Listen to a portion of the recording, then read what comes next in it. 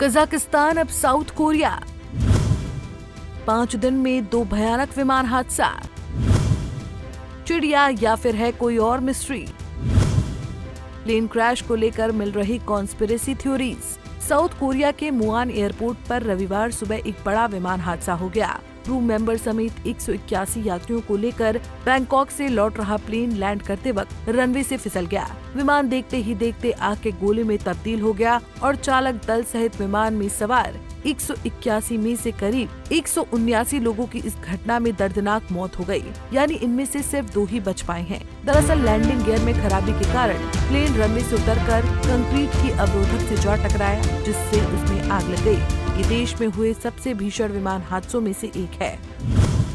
South Korea में कैसे हुआ हादसा? स्थानीय टीवी स्टेशनों द्वारा प्रसारित वीडियो में विमान को बिना लैंडिंग गियर लगाए उतरने का प्रयास करते हुए दिखाया गया है। इस दौरान विमान जमीन पर फिसल गया। विस्फोट होने से पहले कंक्रीट की दीवार से टकराया और आग की लपटों में घिर गया। इस हादसे में विमान लगभग पूरी तरह से नष्ट हो गया है। विमान में लगी आग को अधिकारियों ने बुझा दिया है और खोज एवं बचाव अभियान जारी है। शुरुआती जानकारी के अनुसार ये दुर्घटना एक बर्ड स्ट्राइक के कारण हुआ है। विमान के लैंडिंग के समय ये हादसा हुआ। हालांकि हादसे की पूरी जानकारी अभी तक सामने नहीं आई है। जिस मुआन एयरपोर्ट पर यह हादसा हुआ वो सियोल से करीब 290 किलोमीटर है। अधिकारियों का ये भी संदेह है कि लैंडिंग गियर में खराबी शायद एक पक्षी के टकराने की वजह से हुई है। कोरिया में हुए हादसे के लिए क्या दावे हो रहे हैं? परिवहन मंत्रालय ने बताया कि ये घटना स्थानीय समयानुसार सुबह 9:03 पर हुई। स्थानीय टीवी चैनलों ने फुटेज प्रसारित की, जिसमें विमान से आग की लपटें निकलती दिखाई दे रही हैं और काले धुएं का घना गुबार नजर आ रहा है। मुआन में आपातकालीन अधिकारियों ने बताया कि वो आग लगने के कारणों की जांच कर रहे हैं। उन्होंने बताया कि ऐसा प्रतीत होता है कि विमान के लैंडिंग गियर में खराबी आ गई। विमान हादसों को लेकर कॉन्स्पिरेसी थ्योरीज भी सामने आ रही हैं। दुनिया में हो रहे युद्धों और विमान दुर्घटनाओं के बारे में कई कॉन्स्पिरेसी थ्योरीज भी अलग अलग सोर्स से सामने आते रहे हैं। कुछ कॉन्स्पिरेसी थ्योरीज ये दावा करती हैं कि युद्धों के दौरान कई विमान दुर्घटनाएं जानबूझकर की जाती हैं ताकि किसी विशेष सैन्य या राजनीतिक उद्देश्य को पूरा किया जा सके। हालांकि कजाकिस्तान में हुए विमान हादसे से संबंधित अभी तक कोई ठोस प्रमाण या विश्वसनीय जानकारी सामने नहीं आई है कि रूस ने इसे जानबूझकर करवाया। हालांकि कुछ कॉन्स्पिरेसी थ्योरीज अक्सर उभरती हैं जो इसे एक साजिश का हिस्सा मान सकती हैं, लेकिन इस तरह की थ्योरीज में अधिकतर कोई तथ्य या विश्वसनीय प्रमाण नहीं होते।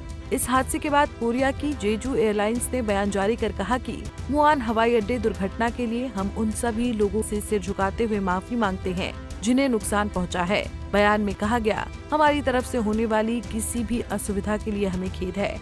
सबसे पहले हम दुर्घटना को सुलझाने का हर संभव प्रयास करेंगे। जेजू एयर वर्तमान में एक कंपनी व्यापी आपातकालीन प्रतिक्रिया प्रणाली संचालित कर रही है। बयान में कहा गया कि हमारी कंपनी ने शोक संतप्त परिवारों के लिए एक सहायक स्टाफ का गठन किया है और हताहतों और उनके परिवारों को सहायता प्रदान की है। कंपनी ने जारी किया हेल्पलाइन नंबर। कंपनी ने घरेलू और विदेशी नागरिकों के घर वालों के लिए 2 नंबर जारी किया है। घरेलू यात्रियों के लिए 080-898-1500 और विदेशी यात्रियों के लिए 8215998629 नंबर जारी किया गया है। बैंकॉक से लौट रहे इस विमान हादसे में चालक दल के 6 सदस्यों समेत कुल 181 लोग सवार थे। विमान में 2 थाईलैंड नागरिकों को छोड़कर अधिकांश यात्री कोरिया के थे। स्थानीय टीवी स्टेशनों की ओर से प्रसारित वीडियो में विमान को बिना लैंडिंग गियर लगाए उतरने का प्रयास करते हुए दिखाया गया है। आपको बताते चले कि इससे पहले बुधवार को कजाकिस्तान के ओक्तो शहर के पास एम्ब्रेयर यात्री जेट दुर्घटनाग्रस्त हो गया था, जिसमें 38 लोगों की मौत हो गई थी। ये विमान रूस के उस क्षेत्र से निकला था जिसे मॉस्को ने हाल ही में यूक्रेनी ड्रोन हमलों से बचाया था। अजरबैजान एयरलाइंस की उड़ान J28243 अजरबैजान से रूस के लिए अपने निर्धारित मार्ग से सैकड़ों मील दूर उड़ गई थी और कैस्पियन सागर के विपरीत तट पर दुर्घटनाग्रस्त हो गई थी। बहरहाल लगातार हो रही विमानन घटनाओं ने लोगों के मन में डर पैदा कर दिया है। Bureau report, Punjab Kesari TV. हमसे जुड़े रहने के लिए हमारे YouTube चैनल को सब्सक्राइब करें और नई वीडियो की नोटिफिकेशन के लिए बेल आइकॉन को दबाएं।